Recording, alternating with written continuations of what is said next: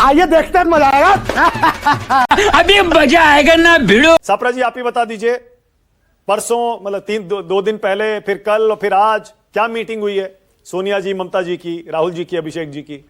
जिस तरह से नरेंद्र मोदी जी का एक राज चल रहा है, जिस तरह से लोकतंत्र की हत्या हो रही है, जिस तरह से खुलेआम सभी चीजों को नजरअंदाज करके बुलडोज करके निकलते जा रहे हैं, उसको रोकने के लिए भी तो स्कीम बनानी पड़ेगी ना। अच्छा सापरा जी एक काम करते हैं कि जितने सापरा देश के गंभीर मुद्दे हैं उसकी चर्चा करने के लिए बुलाया है। अब कोई कह रहा था बागी और विद्रोही और दगाबाज, फिर उन्होंने रोका गद्दार शब्द अच्छा नहीं होता, तो दगाबाजी की बात है। इनको जानना चाहिए थोड़ी बहुत हिस्ट्री, इतिहास अपनी ही पार्टी के बारे में। लोकतंत्र को बचाने के लिए भारत का जो लोकतंत्र खतरे में है, भारतीय जनता पार्टी की वजह से और माननीय मोदी जी की वजह से। माननीय मोदी जी ने जिस तरह की राजनीति इस देश में बना दी है, जहां चुनाव जीत रहे हो, जीतने की संभावना है, वहां तो सामान्य तौर पर चुनाव हो जाएंगे। जहां हार की संभावना लग रही हो, वहां एसआईआर करा के 90-90 लाख 80-80 लाख वोट कटवा दिए जाएंगे। अरे हमने ये कर लिया कि अगर ये 240 पे हमने बीजेपी को न रोका होता 2024 में, तो अब तक संविधान में कई परिवर्तन हो गए होते। अब माननीय मोदी जी अगर उसे चिमटा तो छोड़ो गले लगा रहे हैं, तो ये तो भारतीय जनता पार्टी को सोचना चाहिए कि उनके चाल चरित्र और चेहरे में क्या परिवर्तन आया है। अरे जश्न मना रहा है एनडीए आज। अभी साजिया जी आलोचना कर रही थी नेहरू जी की। नेहरू जी ने किसी को मार्गदर्शक मंडल में नहीं भेजा था, ये भी आपको याद रखना चाहिए। नेहरू जी ने दूसरी पार्टियों के लोगों को भी सम्मान देकर सरकार में शामिल किया। A few moments later. मालिक वो देखो। सापरा जी आप ही बता दीजिए, परसों मतलब दो दिन पहले, फिर कल और फिर आज क्या मीटिंग हुई है सोनिया जी, ममता जी की, राहुल जी की, अभिषेक जी की? इस विषय के ऊपर अटकलों पर चर्चा नहीं हो सकती है। कोई फैक्चुअल बात अगर आपके पास में है तो आप रखिए, तो उसके ठीक है। तो फिर बताइए, कांग्रेस पार्टी ने सारे जनरल सेक्रेटरीज और प्रदेश अध्यक्षों की मीटिंग अचानक क्यों बुलाई, और अर्जेंट मीटिंग बुलाई है, क्यों बुलाई है? नहीं, जिसको आप अर्जेंट मीटिंग कह रहे हैं ना, ये मीटिंग मैं 4 दिन पहले से सुन रहा हूं, और मुझे पता है कि हमारे भी सारे प्रदेश के अध्यक्ष, वो सारे लोग जा रहे हैं। तो ये कोई मैं अर्जेंट मीटिंग नहीं बोल रहा हूं, इसको केसी वेणुगोपाल ने लिखा है अर्जेंट मीटिंग बुलाई जा रही है, मैं नहीं कह रहा हूं। नहीं तो क्या भाई, अर्जेंट विषय जो है इस देश में एक ही विषय है क्या? गजब बेइज्जती है। कल हमने देखा राज्यसभा के अंदर किस तरह से राज्यसभा की सीट की चोरी हुई है।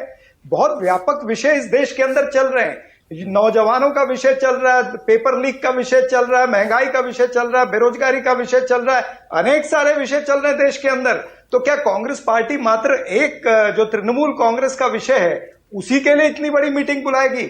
अरे भाई समझिए कोई बात को। इस देश के अंदर जिस तरह से नरेंद्र मोदी जी का एक राज चल रहा है, जिस तरह से लोकतंत्र की हत्या हो रही है, जिस तरह से खुलेआम सभी चीजों को नजरअंदाज करके बुलडोज करके निकलते जा रहे हैं, उसको रोकने के लिए भी तो स्कीम बनानी पड़ेगी ना। अच्छा सापरा जी एक काम करते हैं कि जितने सापरा देश के गंभीर मुद्दे हैं उसकी चर्चा करने के लिए बुलाया है। ठीक है सापरा जी एक काम करते हैं, मैं चाह रहा हूं थोड़ा बुनियादी तौर पर आपका स्टैंड क्या है ये बता दीजिए। संजय राउत कह रहे हैं कि भैया सारे जो कांग्रेस से निकले हुए दल हैं उनको कांग्रेस पार्टी में वापस आ जाना चाहिए। ये गड़बड़ है बाबा। आपकी मांग क्या है, आपका स्टैंड क्या है? क्या कांग्रेस से टूटे हुए दलों को वापस आ जाना चाहिए? सापरा जी देखिए, मेरी मांग से या मेरे कुछ मांगने से, बोलने से कुछ होता नहीं है। ये तो अलग अलग नेताओं को, अलग अलग पार्टियों को अपने स्तर पे सोचना है। संजय राउत जी ने एक अपनी राय दी है। अब संजय राउत जी ने वो राय क्यों दी है, उनकी राय के ऊपर मैं प्रतिक्रिया दूं, मेरे ख्याल से ये उचित नहीं होगा। लेकिन कांग्रेस पार्टी पुख्ता तरीके से मजबूत है। हम ग्रासरूट लेवल पर भी अपनी और मजबूती कर रहे हैं और आगे भी करना चाहेंगे। शाबाश। नरेंद्र मोदी जी तो अभी ये नेहरूवियन पॉलिसी हम कहते हैं, अगर मोदीवियन पॉलिसी कहें तो मोदीवियन पॉलिसी क्या है? झूठ, जुमला और जो इनकी पीआर टीआरपी हेडलाइन मैनेजमेंट, यही है ना। ठीक है, ओके, बस इन्होंने उस दीवार को खड़ा किया है और उसी दीवार के जरिए से वो अपना प्रचार करना चाहते हैं। और नेहरू जी के प्रति तो उनकी सनक है, वो अपनी सनक को राजी कर रहे हैं। शाजिया आप तो जर्नलिस्ट रही हैं, आप समझ पा रही होंगी कि इस समय मीडिया कितना बेचैन है ये जानने के लिए कि बागी गुट में कितने सांसद हैं टीएमसी के, और क्या बीजेपी समर्थन दे रही है, बीजेपी उनको अपने पार्टी में मर्ज करने वाली है, या एनडीए के घटक दल के तौर पर वो बैठेंगे लोकसभा में? शाजिया अब कोई कह रहा था बागी और विद्रोही और दगाबाज, फिर उन्होंने रोका गद्दार शब्द अच्छा नहीं होता, तो दगाबाजी की बात है। इनको जानना चाहिए थोड़ी बहुत हिस्ट्री, इतिहास अपनी ही पार्टी के बारे में। ममता बनर्जी ने क्या किया था 1997 में? अरे कहना क्या चाहते हो? क्यों भारतीय राष्ट्रीय कांग्रेस को छोड़ना पड़ा? क्यों प्रणब दा और बाकी कांग्रेस के लीडर उनके साथ नहीं थे? क्यों वो चाहती थी कि भाजपा के साथ मिलकर कम्युनिस्ट पार्टी ऑफ इंडिया को हटाया जाए, भाजपा के साथ मिलकर कम्युनिस्ट पार्टी को चैलेंज किया जाए आक्रामक तौर पर? और क्यों कांग्रेस इस तरह से ढीली ढाली बैठी है? ये था ना मतलब वो दिन और आज का दिन, तो काफी कुछ बदला है। तो जो लोग अभी बड़ी बातें करते हैं दुनिया भर की, ये समझ भी ले, थोड़ा याद रखें एक सारी बातों की, ये सब बातों की एक बात, दगाबाजी को लेकर। तो कौन दगाबाज है कौन नहीं है वो तो वक्त तय करेगा और जनता देख रही है सब कुछ। दूसरा बहुत जरूरी सवाल जो अभी भी मैंने सुना कि नेहरू जी की तुलना भाई क्यों हो मोदी जी से, तो देखिए आज क्योंकि मोदी जी ने सबसे लंबा उनका टेन्योर रहा है, उससे कम रहा था तो नेहरू जी का रहा था, मैं नहीं मानता। तो जाहिर सी बात है बात होगी। लेकिन मैं चाहती नहीं हूँ कि तुलना हो, क्योंकि तुलना हो ही नहीं सकती। 52 में क्या हुआ था? 1952 की क्या बात कर रहे हैं भाई साहब? 1952 में इलेक्शन नहीं हुआ था, सिलेक्शन हुआ था। तो भैया निर्वाचित होना अलग है, जीतना अलग है। तो आप जनाधिकार अच्छा, 47 कह रही होंगी हिसाब से जाए तो कोई मुकाबला नहीं है। बहुत शाजिया, पहले 47 ही की इस बात तरह कर रही का होंगी ना? मील का जो पत्थर की बात हो रही है वो बहुत पहले ही मोदी जी पार कर चुके थे। शाजिया, और उसके बाद जाहिर सी बात शाजिया, है, मैं कह रहा हूँ और 47 किसने को क्या कह रही था होंगी सारी सिलेक्शन। रियासतों को? नहीं खत्म करने दीजिए, नहीं सारी बातें। अरे मैं कह रहा हूँ आपने सिलेक्शन कहा ना, सिलेक्शन आपने 47 को कहा होगा। 30 सेकंड लगेगा मानव। अरे 62 में क्या हुआ? 30 सेकंड। अच्छा, कंप्लीट कर ली शाजिया, कंप्लीट लगेगा, खत्म तो कर लूं बात। बोलिए इतनी देर तक हमने सुना है। बोलिए। तो एक एक सवालों का जवाब तो मैं दूं। मैं आधिकारिक तौर पर भाजपा की बोलिए, बोलिए। इतने आपके बैठे हैं लोग, उन सबकी बातों का मैं जवाब तो दूं ना, कम से कम बता तो दूं, आईना दिखा दूं, कुछ इतिहास के पन्नों तक ले जाऊं, क्या बोल रही है? कुछ थोड़ा और गहराई में ले जाऊं, तो जाहिर है अच्छा रहेगा ना। गलत उनके इतिहास लिए थोड़ी अच्छा बताएंगे। रहेगा। अच्छा, तीसरी जरूरी बात, सरदार पटेल का सारा श्रेय आप नेहरू जी को दे रहे हैं। नेहरू जी ने कश्मीर के साथ क्या किया था, कैसे उस इशू को बायलैटरल किया था, कैसे पाकिस्तान के खेमे में गेंद को डाल दिया था, वो सब जानते हैं। तो कम से कम ये ना करें, किसी तरह से कोई तुलना नहीं है, बहुत पहले ये हो चुका था। और नेहरू जी को किसी ने नहीं चुना था, तो सब इस बात को जानते हो, समझ जाएं। और सबसे बड़ी बात इन सारी बातों में जो हो रही है, और मुझे लग रहा है कि क्यों सारे घटक दल क्यों एक दूसरे को के साथ जश्न मना रहे हैं। जश्न की बात है, खुशी की बात है, उसको शेयर किया जाना चाहिए। यहाँ तक आप बात कर रहे थे टीएमसी की और कांग्रेस की, तो भाई पहले तो था कि मोदी विरोध, मोदी हटाओ तभी कुछ हमारा होगा। अब तो है अपना अस्तित्व बचाओ। क्या बोला तूने? जो खबरें आ रही हैं, जो सूचनाएं प्राप्त हो रही हैं और जो आपने भी काफ़ी डिटेल में बताया है, उन सबको देख के ये तो कह सकते हैं कि कुछ बड़ा पक रहा है। अब वो क्या होगा, विलय होगा या कुछ और होगा।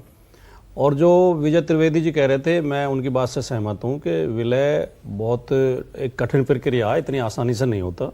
विधायी विलय आसानी से हो सकता है क्योंकि उसमें सत्तारूढ़ पार्टी का अध्यक्ष होता है सदन का, और वो तुरंत स्वीकार कर लेता है। लेकिन विधायी विलय केवल उस सदन की कार्यकाल तक के लिए होता है। सदन का कार्यकाल समाप्त हुआ, दूसरे चुनाव हो गए, उसका कोई महत्व खत्म हो जाता है। असली विलय तो सांगठनिक विलय ही है, पार्टी का। और सांगठनिक विलय में भी एक पूरी प्रक्रिया है, उसकी एक सूची होती है किन किन लोगों के, उनके शपथ पत्र तक लगते हैं, और चुनाव आयोग तय करता है कि 2/3 लोग सहमत हैं या नहीं हैं। यही नहीं, अभी और सुनिए। क्या आपने कभी सुना है कि भारतीय जनता पार्टी ने ऐसी मीटिंग बुलाई हो?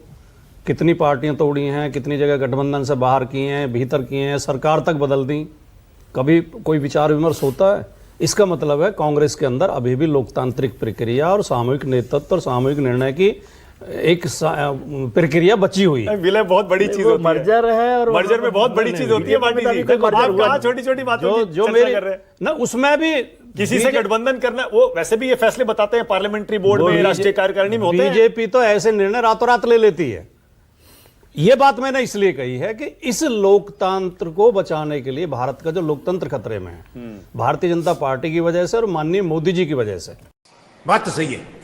माननीय मोदी जी ने जिस तरह की राजनीति इस देश में बना दी है, जहां चुनाव जीत रहे हो, जीतने की संभावना है, वहां तो सामान्य तौर पर चुनाव हो जाएंगे। जहां हार की संभावना लग रही हो, वहां SIR करा के 90 लाख 80 लाख वोट कटवा दिए जाएंगे, 27 लाख वोट लोगों को वोट डालने से रोक दिया जाएगा। वहां इस तरह सरकार बनाई जाएगी। इसके बावजूद भी अगर किसी राज्य में हार जाएंगे तो विधायक खरीद के, उनके घर ED भेज के, CBI भेज के, उन्हें डरा धमका के फिर सरकार बना ली जाएगी, सरकार बदल दी जाएगी। नीतीश कुमार को हटाकर राज्यसभा में भेज दिया, भारतीय जनता पार्टी की सरकार बना दी। और अब वहां क्या क्या हो रहा है ये आपको, आपकी भी जानकारी में काट क्या है भाटी जी इसकी? काट यही है जो प्रक्रिया जो संजय राउत कह रहे हैं, जो संजय राउत कह रहे हैं ये सारी झूठे पार्टियां आरोप। कांग्रेस में आ जाएं वापस, जो कांग्रेस से निकली हैं। हम तो कांग्रेस में नहीं आने वाली मानो पार्टी नहीं है, ना हम झूठ कह रहे, कांग्रेस से झूठे निकले मानो। हैं, ना हम कांग्रेस में आने वाली पार्टी हैं। लेकिन कांग्रेस के साथ तो हम चाहते हैं कि कांग्रेस और जो हमारा इंडिया गठबंधन है वो मजबूत हो। क्या बात, ये बात है। और सब लोगों को ये बात समझनी चाहिए कि आप अकेले अकेले इस तानाशाही का मुकाबला नहीं कर सकते, जहां हर तरह के हथकंडे अपनाए जा रहे हैं लोकतंत्र को बचाने के लिए, संविधान को बचाने के लिए। अब मैं कल ही एक डिबेट में था तो एंकर ने मुझसे सवाल पूछा कि इंडिया गठबंधन बना के आपने क्या कर लिया? अरे हमने ये कर लिया कि अगर ये 240 पे हमने बीजेपी को न रोका होता 2024 में तो अब तक संविधान में कई परिवर्तन हो गए होते। मोदी जी का इरादा था, भारतीय जनता पार्टी का इरादा था, इन्हें कई अमेंडमेंट करने थे संविधान में, और वो उन अमेंडमेंट होने के बाद जो हमारे एक लोकतांत्रिक जो एक संविधान जो वो रहा है, संसदीय परंपरा रही है, उन परंपराओं में से कई चीजें खत्म हो जाती। कैसे रोकेंगे भाटी जी मोदी जी को? संख्या बल पे अब बीजेपी देख रहे 240 पर थी, टीएमसी के 20 अगर मर्ज कर गए 260 हो जाएंगे। ये अपने दम पर बहुमत के करीब भी बढ़ रही है। लोकसभा में डीएमके आ गया तो भी आंकड़ा बढ़ रहा है, राज्यसभा में 2/3 की तरफ बढ़ रहे हैं। ऐसे समय हमें अटल बिहारी वाजपेयी जी याद आते हैं, जिन्होंने ऑन रिकॉर्ड संसद के अंदर ये कहा था कि ये जोड़ तोड़ से और अवैध साधनों से प्राप्त की हुई सत्ता को मैं चिमटे से भी छूना नहीं चाहूंगा। तू समझा? हाँ। नहीं, तू समझा नहीं। अब माननीय मोदी जी अगर उसे चिमटा तो छोड़ो गले लगा रहे हैं, तो ये तो भारतीय जनता पार्टी को सोचना चाहिए कि उनके चाल चरित्र और चेहरे में क्या परिवर्तन आया है। अरे जश्न मना रहा है एनडीए आज। अभी साजिया जी आलोचना कर रही थी नेहरू जी की। नेहरू जी ने किसी को मार्गदर्शक मंडल में नहीं भेजा था, ये भी आपको याद रखना चाहिए। नेहरू जी ने दूसरी पार्टियों के लोगों को भी सम्मान देकर सरकार में शामिल किया। जलवा है हमारा।